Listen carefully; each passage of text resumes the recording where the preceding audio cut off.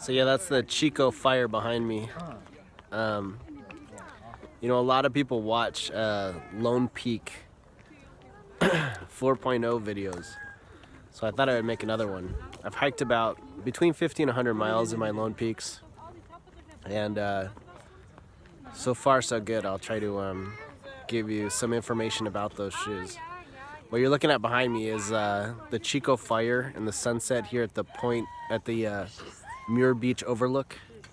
And you can see all the smoke in the air with the psychedelic sunset going on there.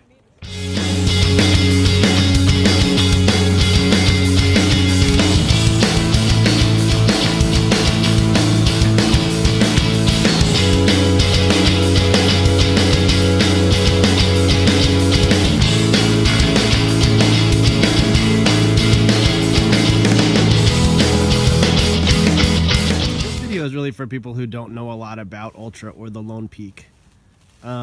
Basically, what I could tell you is that it's really mostly about the soft sole. Ultra's got 4 trail running shoes, each with a separate amount of foam, memory foam cushion on the bottom. Each one of them is 0 drop. So you've got the Superior, the Lone Peak, the Temp, and the Olympus. The Olympus having the most cushion. Now, I wouldn't go skimpy on the cushion. The issue is that the Olympus is $200, and this one, the Lone Peak, is only $120. Now, just like with everything else, like iPhones, etc., if you pay the full freight and you get the Olympus for $200, it comes with like a computer chip that tells you how your stride is going. But honestly, I think that has the appropriate amount of cushion in it. With this Lone Peak, I can really feel the ground in the heel. Most of your weight is on the heel, and I can feel the ground underneath my heel when I'm walking. It's a 0 drop shoe, and the toes have a tendency to be slightly higher than the heel, which is great, you know, for its own therapeutic, holistic reasons for stretching out the back of your leg. But bottom line, I can sort of feel the ground underneath the heel. The heels have got this awesome kind of Kevlar, indestructible, rubberized coating that doesn't wear down on cement, which is awesome. But as you can see, the toe is kind of coming apart there. That's only after about 50 miles. So really, there's not a lot of protection underneath your heel, and there's not a lot of protection on the toe. If you stub your toe, you'll feel it. It doesn't really have like any type of rubberized steel toe to protect the front end. But these are very, very lightweight shoes that are compressible and packable. It's easy to carry them. They're quick drying. They stay clean. Another really great aspect of it is they're really clean. Dirt has a tendency not to stick to the polyester sock material on top of the shoe. It's true. Those are great shoes.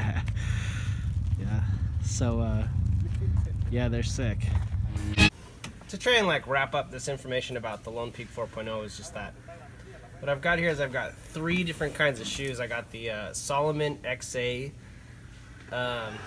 says here XA Pro 3D. This is I really like this shoe a lot. It's a good shoe. It's for cement. You can see where there's some tread worn off here, but a lot of it is still there.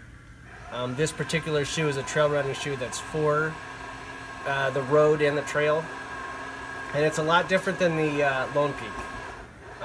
It's heavier, and what you get is you get this whole framed out rubberized area around the foot.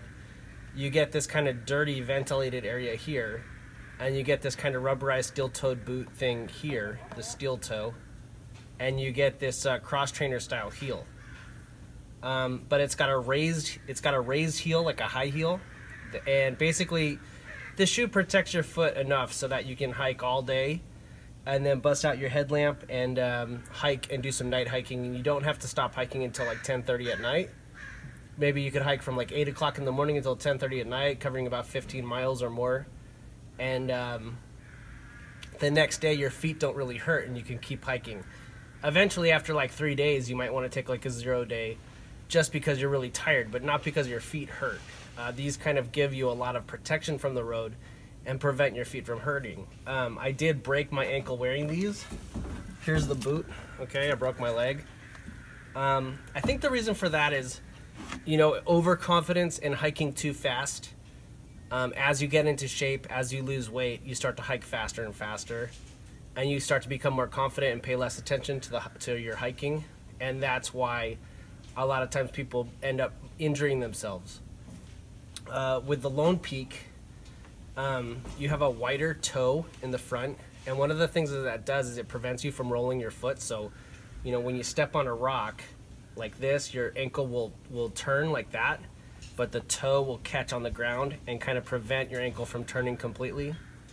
Obviously, a full-on hiking boot that laces up above the ankle would help out a lot. And, even though the Lone Peak is light, you're diversifying your weight. So like when you wear a hip belt, you're displacing some of the weight from your pack to your hips. And that's why it's okay to wear a full-on hiking boot, because even though they're heavy and they're not really packable, that weight isn't on your shoulders. You're putting that weight on your feet. So the weight is displaced. It's put somewhere else on your body, so it's easier to carry. And so it doesn't really matter if your shoes are a little heavier.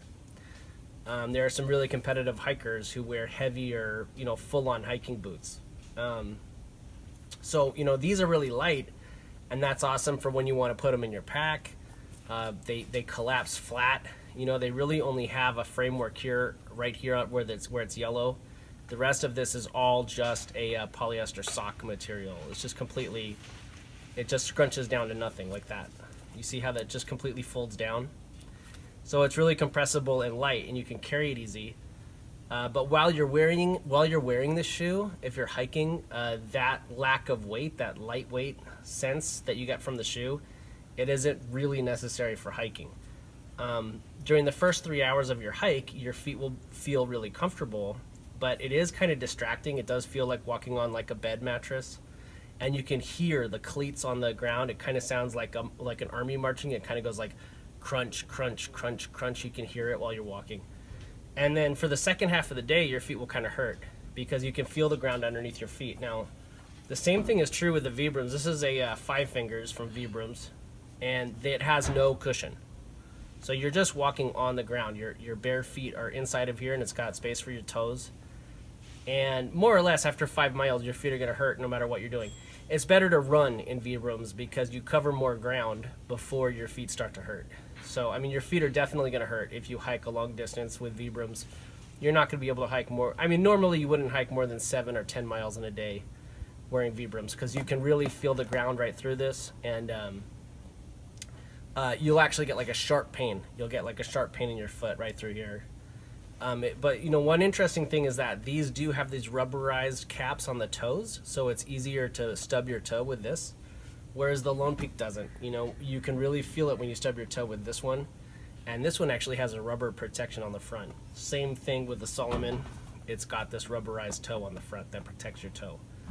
So basically, there's different hiking shoes. There's soft-soled hiking shoes, and there's hard-soled hiking shoes.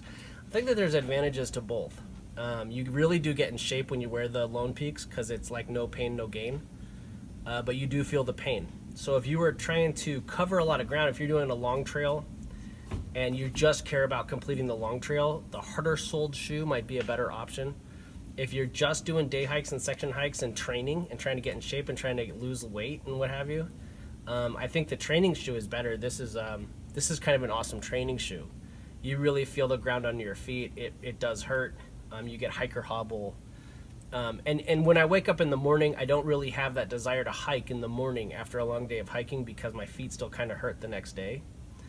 But those are all things that could be worked out over time. As you get in shape using the shoe, you can become used to it. However, I think the Olympus is another quick fix. The Olympus has just more memory foam in the bottom, and that's going to prevent your foot from hurting. So you could just get the Olympus and just forget about having sore feet. But yeah, so we've got a hard-soled shoe. This is the Salomon XA Pro 3D. It's good for the street and the trail. The Lone Peak 4.0 is good for the street, for the trail. It's soft-soled shoe. And then a no-sole, just the barefoot shoe, the Vibram 5-finger. So yeah, I love all of them. They're great. I love all of it. And just a reminder, you know, I did break my ankle wearing these, the Solomons, so I switched to Lone Peak. And here's the boot right here.